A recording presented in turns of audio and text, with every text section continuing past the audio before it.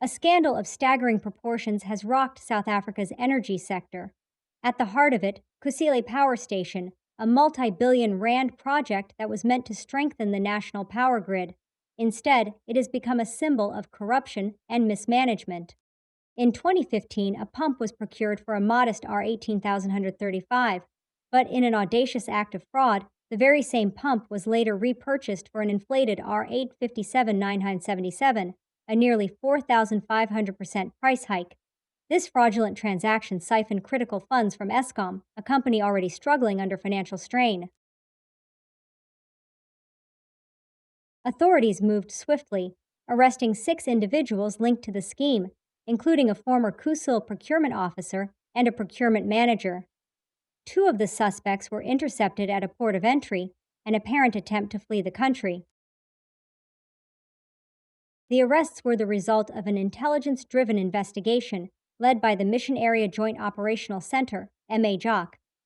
Over 2 days, law enforcement executed a coordinated sting operation, uncovering layers of deception and financial misconduct.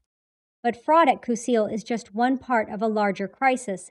Experts warn that corruption within Eskom is exacerbating South Africa's ongoing electricity challenges. Every instance of fraud within Eskom weakens the stability of the grid.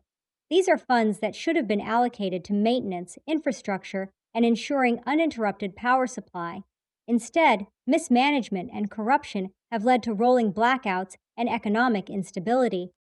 Plagued by delays and financial mismanagement, Kusile Power Station has failed to deliver on its promises. Construction began in 2008 with an estimated completion time of 6 years. Yet 16 years later, only 5 of its 6 units are operational. The consequences have been severe. Load shedding has intensified, with South Africans enduring power cuts on 205 days in 2022 alone. In September 2022, a collapse in generating capacity led to Stage 6 load shedding, with warnings that the crisis could escalate to Stage 8, a catastrophic scenario for the nation's economy and daily life. Across the country, the effects of Eskom's failures are deeply felt.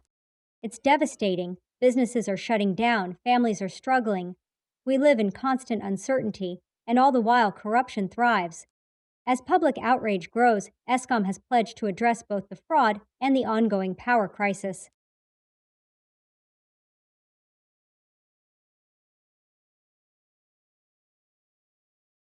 We are actively investigating these fraudulent activities and taking steps to strengthen oversight.